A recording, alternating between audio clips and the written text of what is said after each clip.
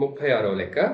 2 పాచికలను విసిరినప్పుడు వాటి 2 తలాలపై గల సంఖ్యల మొత్తము ప్రధాన సంఖ్య అగుటకు గల సంభావ్యత ఎంత?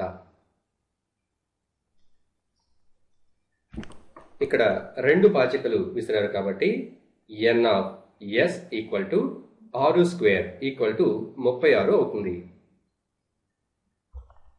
ఇక్కడ 2 తలాలపై సంఖ్యలను కలిపితే వచ్చేది ప్రధాన సంఖ్య కావాలి.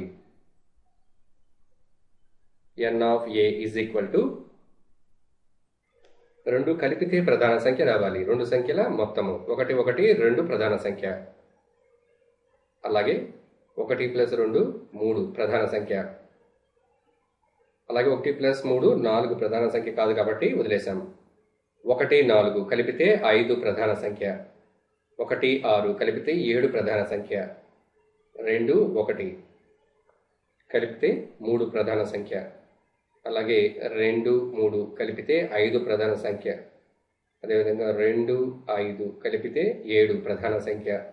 3 2 అలాగే 3 4 అదేవిధంగా 4 1 4 3 5 2 5 6 6 1